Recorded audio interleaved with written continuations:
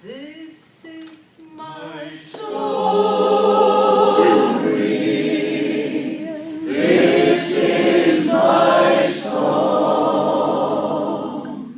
praising my Savior all the day long. This is my story. This is my song, praising my Savior all the day long. This is my story. This is my song, praising my Savior all the day long. For this is my story. This is my song, praising my Savior all the day long.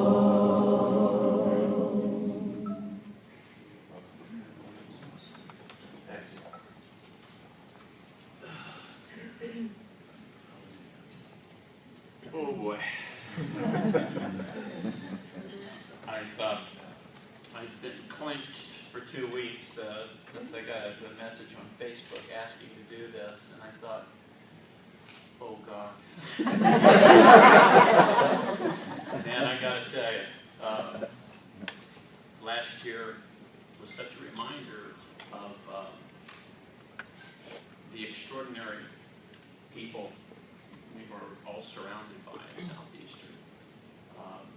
I mean, the talent, Lavelle, is that the right name, the gentleman to say?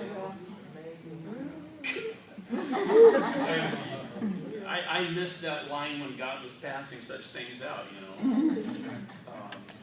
And I have to tell you, I don't mean this in a mean way, but it's really intimidating for the past couple of weeks. I'm like, oh my God. And I've spent 59 years going, what were you thinking? You know, mostly from other people. It is an honor, and I would just like to, I call it the journey, if you will. And I have to have notes.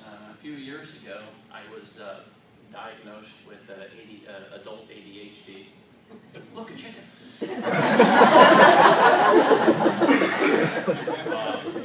I remember when the doctor, Pavali Sukavali, and my wife and I were sitting there, and she says, well, Mr. Street, have you ever been checked for ADHD? And Griffin's sitting there, and she goes, oh God, do you think? And I'm like, what? She goes, oh, you're a spaz from the first day I met you. You know, and so sure enough, with testing, there it is. And chicken's still there. And I sat down with Rick Collins. We were talking about the ordination and everything. And I said, Rick, I can think of just an entire list of things that would be just like, no flipping way should I do this. I said, first of all, I'm ADHD. I can't concentrate for a minute. And he goes, yeah, you're kind of like that comedian guy. I remember that. And after the interview that we did, we were walking out, and Rick put his arm around Griffin and said, is he always like that? Yeah. I wanted to share this real quickly. And it's Abraham. It's an awesome story. And it really replicates all of us. In that life is a journey. It's not a destination. It's not a position. It's not a church. It's not a place. It's not a thing. Life, it's a journey. And when we meet Christ, Christianity is not a profession. I've always wondered how many preachers will quit preaching if they weren't paid to be Christian. You know what I mean? Ooh, I'm sorry, that was mean. That's the first thing this morning. Seriously, over the years, and I thought about last year. Was just so powerful for me to just see you. When I left Southeastern, I went to California, and I really just disconnected and was out there and didn't really see anybody or talk to anybody and all those kinds of things because of the separation and whatever. And you will never know, except a little bit I'm going to tell you, how drastically, how deeply the Spirit of God on you and the God in you, Jesus in you, affected me last year. It was a life changer. It seriously was. Abraham, God said to him, and he was just kind of hanging out. He was around. He was living. He was doing his thing. He was just there. So God goes, hey, I want to tell you something. I'm going to make you into a great nation. And I'm going to bless you. I'm going to make your name great. You will be a blessing. I will bless those who bless you, and whoever curses you will be cursed. And all the people of earth will be blessed through you. And you know the story, and it kind of just goes on and on and on. So there's the vision. There's the call. There's the touch. That's where it began. That's where God came. And every person in this room had that. Do you remember the point? Do you remember the day? Seriously, do you remember specifically when you felt it? When that illuminating Spirit of God came in and said, it's real. I love you. I want you. And you could feel it. Could you feel it? I remember that. But when I showed up at Southeastern, man, I was green as grass. I was sharing with somebody. We were sitting in the, even though I was living in the leper colony, dear God.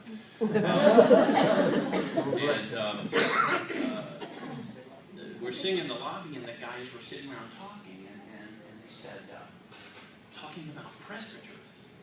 And I had read the Bible, a fair amount, and I couldn't remember that word being in there anywhere. And I finally said, so, well, what's a presbyter? And of course, a lot of the guys were, their dads were pastors, and they had been in the church a long time, and everybody kind of turned and went, what's a presbyter? They're like, are you serious? I'm like, yeah, what? So they explained what it was. And I remember the fire. I remember feeding off of everyone. I remember the energy. I remember the passion. I remember the compassion. And I remember the fire that we all had. You remember that? It was kind of awesome, wasn't it? It was kind of awesome. And Brother Homer, I find it really interesting. Do you remember when Andre Crouch came? That was freaking awesome. I remember when he jumped up from the piano and kicked the bench back and it rolled and everybody's like, man, that's incredible! I wonder how many of us in preaching, kick the stool or something, for example. And I remember, and Brother Homer came from, the really old school AGs and Pentecostal. But I remember in chapel, after the concert that weekend, he said, that's really funny.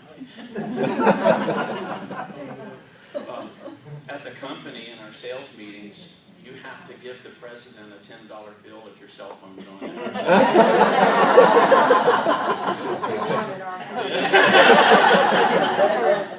We're apparently doing better than your county. But I remember Brother Homer's comment. Now, and I just think about how diametrically opposite and new this would be to his tastes and perspectives and experience. And I don't know if you remember or not, but in chapel on that Monday morning, I think it was, he goes, "That Andrew Crouch." I like that fella.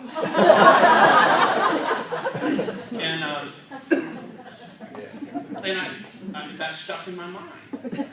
Because for the experience and the musical experience and everything else, to just embrace that. And it immediately now makes me think of new wine, new wineskins, and all that stuff. So Abraham begins his journey. God touched him, he spoke to him, he loved him. He planted just this really cool thing in him, as he did all of us. And don't you wish, back in 1970 to 80, don't you wish you knew then what you knew now? Man, that sucks. But you know what? Can you say sucks?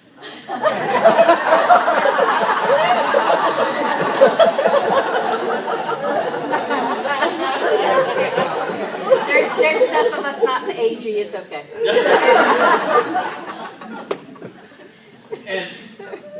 And you start learning all those truths in life. I learned in the ministry that junior high and high school kids, they will eat their dead. Yeah. That an apple a day will pretty much keep anyone away if thrown hard enough. And that once you exit the door of the airplane at 10,000 feet, you can't go back. And some decisions and some things in life are exactly like that. Yes. That you make that choice and boom, and you hit the door, and you can't go back. And just some of them are like that. And that's part of the journey. And in talking to various folks and all of that stuff, and I asked Rick yesterday, I said, listen, should I refrain from, or is it okay with you if I talk about the divorce and all of that stuff? And you all know Rick Collins, and he's just like Dad. He's a very big spiritual dad. And he said, Mike, lean back over those black horn glasses, and he goes, it's part of your story, man. You tell him what you need to. And Big T, and you always wonder, you feel like you have the scarlet D on your forehead. I had mine tattooed right here.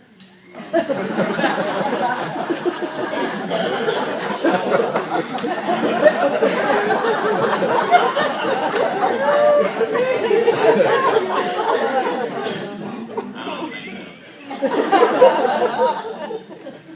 so. So we went on California, and you know that choice of jumping out of the airplane, I had made it. And it was quickly realized, what were you thinking? What were you thinking? But sometimes you do the best you can with what you got. And you roll on. And I can tell you that life happens. And it happens to everyone. one of Chuck Swindoll's books, he writes a story about a lady in this church was cleaning house, and she had the, remember the tank vacuums with the long hose on it, you do the curtains and the line stuff. Excuse me, she was cleaning her kid. So she's vacuuming down the long seats and everything, you know. And somebody said, "Mom, huh?"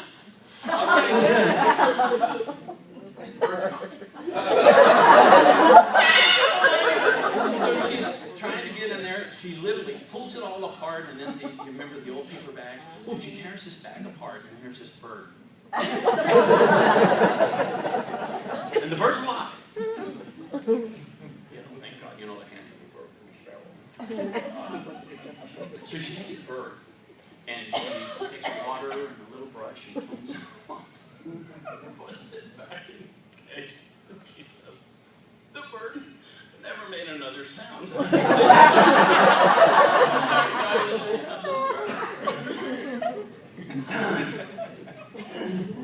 Anybody ever feel like a canary in your hand? Seriously, you ever feel like a canary that is, yeah. Kristen was, we were living in the Virginia Beach area, and it doesn't snow very often there, but we had rented this little house, and it was a mansion for us, and I had just married this gal. I had decided that you can get off course, you know what I'm saying? When I left the ministry, I was really angry. I was bitter. In fact, just being reordained, they didn't issue a new certificate. They just said, use the old one that you had from Southern California. Well, I went in to get it, and of course it's torn about that far into it because many years ago, going through my stuff, cleaning up, I'm a little OCD. And I remember seeing that thing, and I took my fist and punched right through it and threw it all back in the box and closed it. And I was just, I was angry and I was bitter. And boy, we can get off track, can't we? And Kristen was looking out the front door, and the ground had just a couple of inches of snow on it. It was absolutely beautiful. And there was a dove out there feeding, doing its thing. And she just had the kids looking out the window, and oh, it's so cute. And it was just, the sun was glistening off the snow, and it was beautiful. And it was quiet. We had two big spruce Christmas trees, huge trees. And out of nowhere, this huge hawk, schwack! And they're rolling all around the yard. And she's going, "Oh God! Oh God!" With their eyes and everything. And that's, life is like that. It's part of the journey. The doves are there and the hawks are there too. And life is like that. And part of Abram's journey is to become the friend of God, to have that relationship, to continue on, to build until ultimately we come to that place that God really wants us to be in that relationship. That's what it's about. It's not about suits and great choirs and all of the other trappings, I'll call it. It's about Jesus. It's about knowing Him. It's about that relationship. When I left the ministry, I was on an airplane, and I met, man, was I angry. I can't tell you how bitter and angry I was. When I left California, I went back and I went to a church in Virginia. We'll remain names. And I walked in, and the guy was sitting there. And I kind of shared, here's my condition, man. I just took off. I'm so burned out. I'm so fried. I'm so destroyed and everything. I just need somebody to kind of hang with and whatever. And he goes, well, you need to, some counseling. You need to talk with them. And I said, I'm not listening. I don't want to hear any of it. I'm destroyed, man. I just want somebody to put their arm around me, hang with me a while until I get this thing figured out. Well, no, you need to talk. And I said, thanks. I left. So I came to church on Sunday, and he and the pastor, true story, I'm coming down the main aisle, and he and the pastor both, when they saw me coming, they obviously had discussed, and they cut through the aisle, and they wouldn't even get near me. They wouldn't talk to me. They wouldn't be around me. Well, that just made me feel incredibly wonderful before the Lord. And so it drove the bitterness. And of course, you know, when the honk comes, when all of that stuff happens, it's kind of like this human nature. You really want to be angry. You want to be angry at something or someone. And it usually ends up in, I remember standing in my office in San Diego. My life was a mess. The church was a mess. The church was growing like crazy until the former pastor's mother and stepdad came in and said, this growth stuff has got to stop. And we came here because it's a small church and we like it that way. So I'm like, you know, so I mean, my head caved. In fact, I was in such bad condition, I checked myself into the wacko ward for a while. Literally and seriously. And I ended up back in Virginia, and I went to an old youth pastor friend of mine who was my youth pastor my last year in high school. And he made this comment to me. He had a counseling therapy kind of thing that he was doing. And he made a comment to me. And he goes, well, Michael, you know, God can restore and God can pull all this thing together, man, and blah, blah, blah, but are you ready for him to take you down?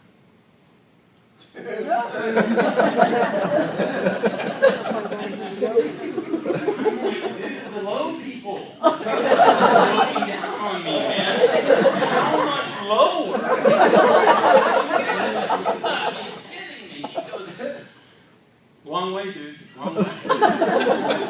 And honestly, I was like, thanks.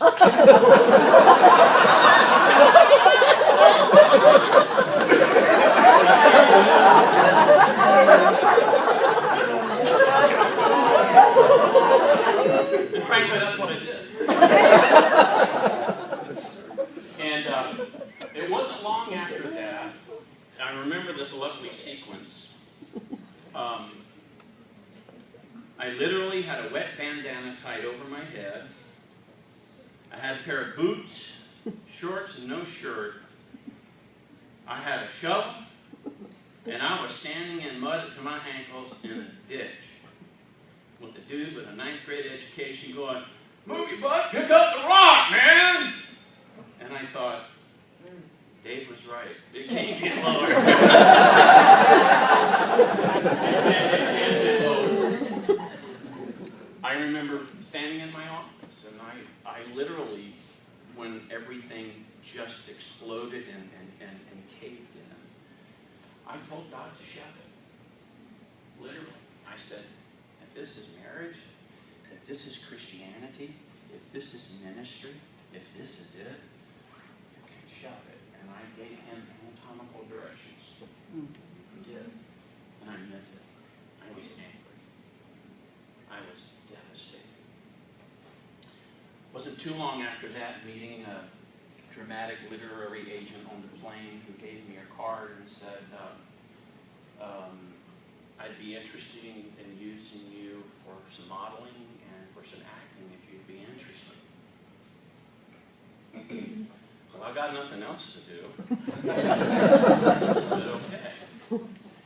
And to show you how far down it can go, it wasn't too long after that I was on a set with a bathrobe and underwear having pictures taken. I'm sure those will pop up in the ministry. Really poor time down the road. Pastor! God knows where they are. And that was a whole new landslide. The only thing that came out of that was this fantastic came in the other side of the theater, I was able to utter. It was Kristen who literally, in the first weeks of rehearsals, said to me, "You're such an idiot."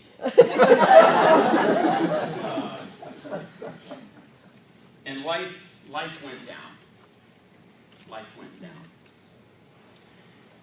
But what I want you to know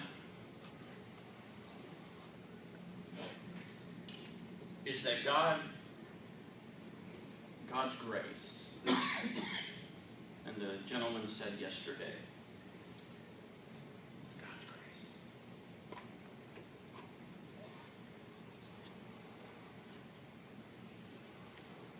Christian was sitting in our backyard beneath a tree. Kids were playing. She's a wonderful studier of the scripture and intercessor. She was sitting in the backyard, and God told her I was doing something for kids. And she said, he said, I have a call on his life. She goes, I know.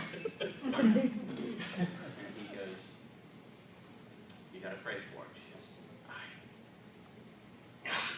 goes, her dad was a Baptist minister of music, and he's a ginormous guy. Let me put it this way.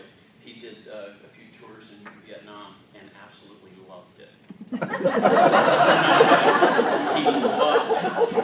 You should have seen me sitting talking about marrying his daughter.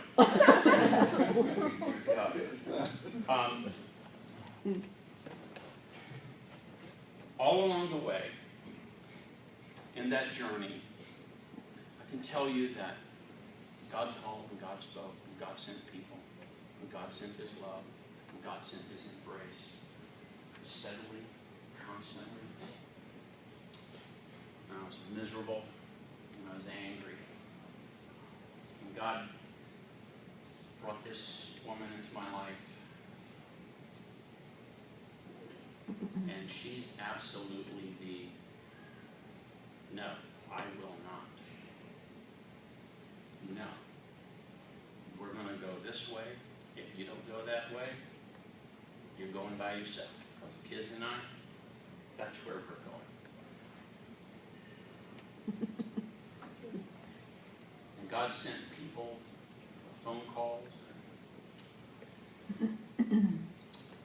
I ended up with the company in Grand Rapids, Michigan.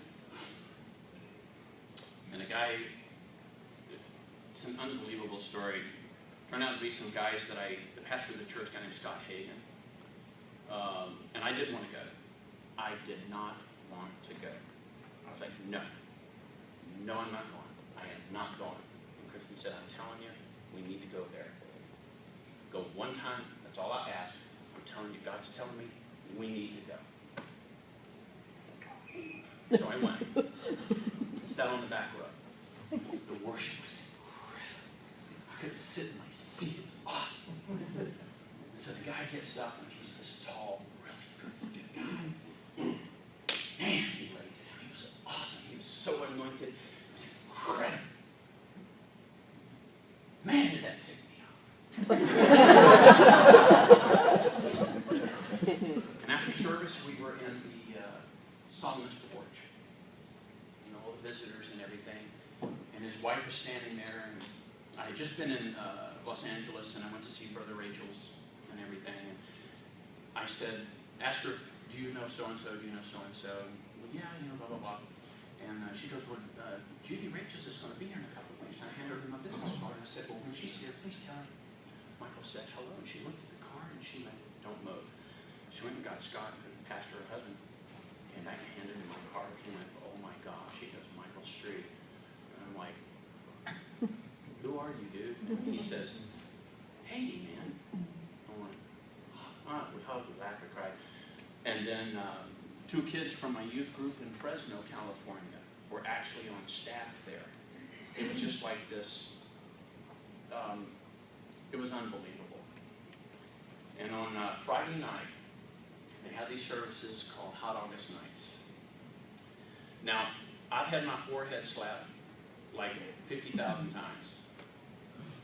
I don't know if you've ever been slain in the spirit or not. But I know my brains are still juggling from Vanita Mac at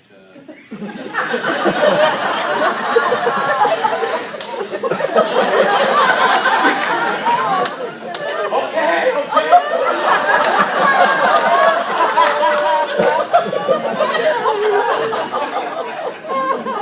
And in my whole time, I never experienced the real deal. Well, as Scott was praying, and good Lord's my witness, he reached over someone, and all he could do was touch me just like that from reaching over them.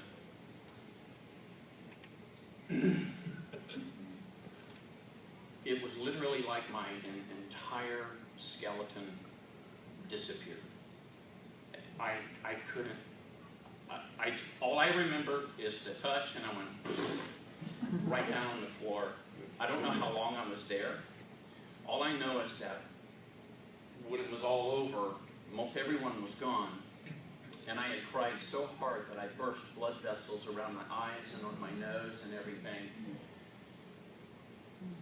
And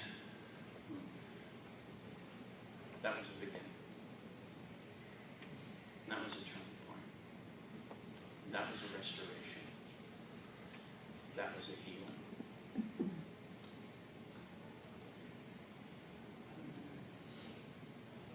I died in the hospital. They moved me from a regular room, sent me up to intensive care, and they gave me Demerol. I felt like a shock, I think they call it. I was laying there in the bed, had all the buttons, bows, and all the other stuff. And all of a sudden, my body arched up, and I remember the searing pain on my arm. My body collapsed, bowel, bladder. You don't get that in homiletics, huh? I was gone. I remember hearing everything go away. I remember the voices, he's gone, he's gone, he's gone. And heard the alarms and buzzers and all of the other stuff. I remember laying on the bed. I remember being absolutely clearly aware of where it was. And I didn't like see Jesus on a Harley or anything like that. That would be cool. I remember it wasn't dark, it wasn't light, it was gray. And I remember going, what in the world is going on? And I felt my feet moving. I felt my feet moving up through my body. And I went, oh my God, I'm dying. I am leaving. And it was slow, and I felt an exhilaration. I felt me leaving my body. Absolutely cognizant and clear-minded, everything that was going on. And I just remember going, oh God. When my feet got right about here, it was the last thing I remember.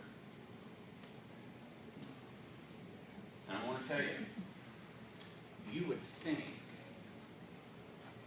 that would be a big enough smack to go, okay, it was. And God's going to take us through the processes. I don't know where you are in yours. I know where I am in mine. But the process is going to take place. And it's class to class. And class to class. And I promise you, you're going to finish that class at one point or another. So am I. And I failed that class for 20, dear Lord, for many, many, many, many years. And I stand before you today as a hopeless loser, having grasped just the tiniest cellular size of it all. Strictly by God's grace. At the end of Abraham's life,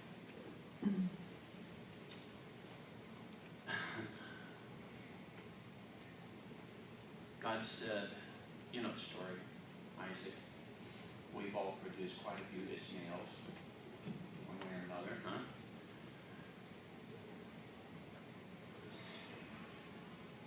Bring me your son. I'm going to use him as a sacrifice. Now, you remember all the trouble. I do find it interesting in the Bible that Abram didn't mention anything of this to Sarah, but you know the deal. And the way that it's written, it doesn't show that there was this enormous, oh my God, no! You know that in his heart, that it was like,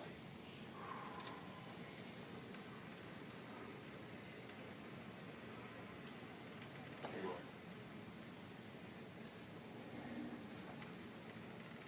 But he did. That's what the process is about. It's not the kid, it's not the ram, it's not the fire. It's the heart. It's that relationship. And all the years that I was in the ministry, never got it. I'm 59. And finally,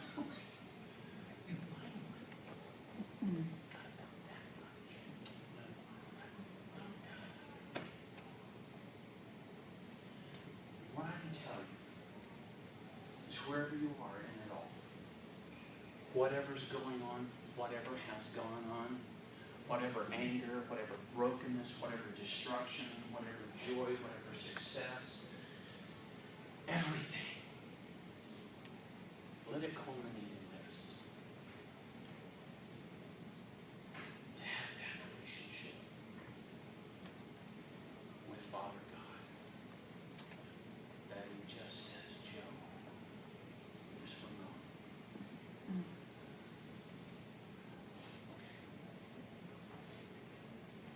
And that's what he's doing in all of us. He's building us in that direction. And it isn't what you have. It isn't. It isn't our abilities, our talents, our skill. It isn't. That's nothing. It's us. That's what he wants. And somehow I prayed to live long enough to get to that place, relationship with him, that even when it comes, it goes. Here's what.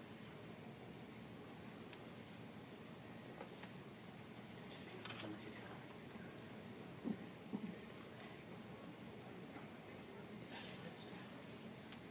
That's what the journey is.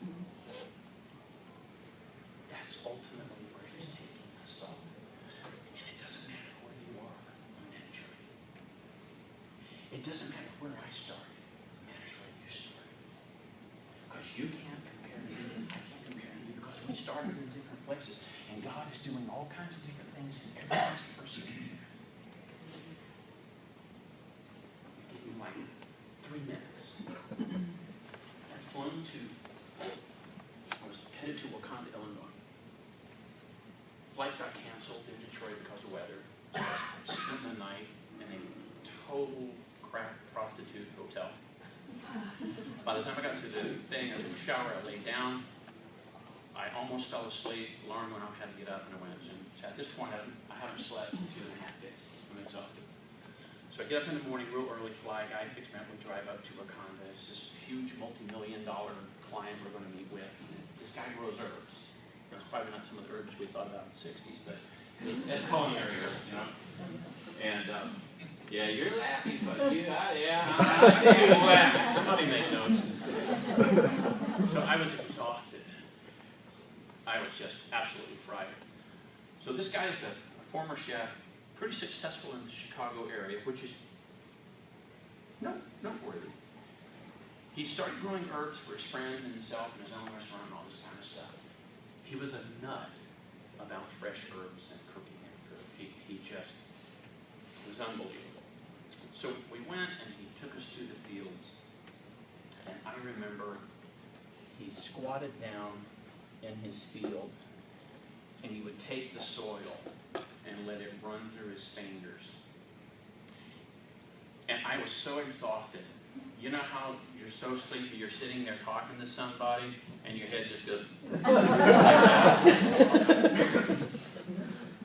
But his passion over what he was doing was so intense, it awakened me. And a lot of what he was saying I already knew, but he was so passionate and in love with it. I just, man, the endorphins and the adrenaline, I was just so fascinated. And he would take the dirt and he would take the mint and he would hold it up and he would smell it and he would go, oh my gosh, I can taste this, I can see this fish and blah, blah, blah. And he would bite the leaf off and go, oh. And I'm just standing there going, yes, brother! Fascinating to me. And he had someone go to the greenhouse part, and they brought back some mint that had been produced in the greenhouse. Completely controlled atmosphere, sunlight, nutrition, temperature, everything, totally controlled in this very safe environment. And he took the mint that had been grown outside, organically produced, but grown outside to the wind, the rain, the sand, the spit, the bug, all the other stuff. And he goes, now, I want each one of you to take some of this, and I want you to taste the greenhouse product first, and then I want you to taste the mint that comes out of the field. It was amazing. They're called volatile oils that are stored in the tarragon and the mint and the rosemary, and it's the volatile oils in it that give it the flavor and the pungency and the aroma and everything. Well, the stuff that came out of the greenhouse, you could taste the mint. It smelled like mint, but you could tell that it was kind of subdued. And then we took the stuff that had been out in the rain and the sun and the heat and the wind and everything else. It was remarkable. I mean, the bite and the pungency, when it hit your mouth and you bit into that and broke the structure, and the moisture and the oils flowed out into your mouth, that mint would just, boom! It was like quadruple, triple mint chewing gum. It's incredible. And I walked away from that with two things. And that the process, we can live in that little soft, protected environment, and we're kind of okay. Or we can get out in the wind and the storm and the sun and the rain and be robust. Or passion. I lost the passion that I had when we were all at salvation. I watched him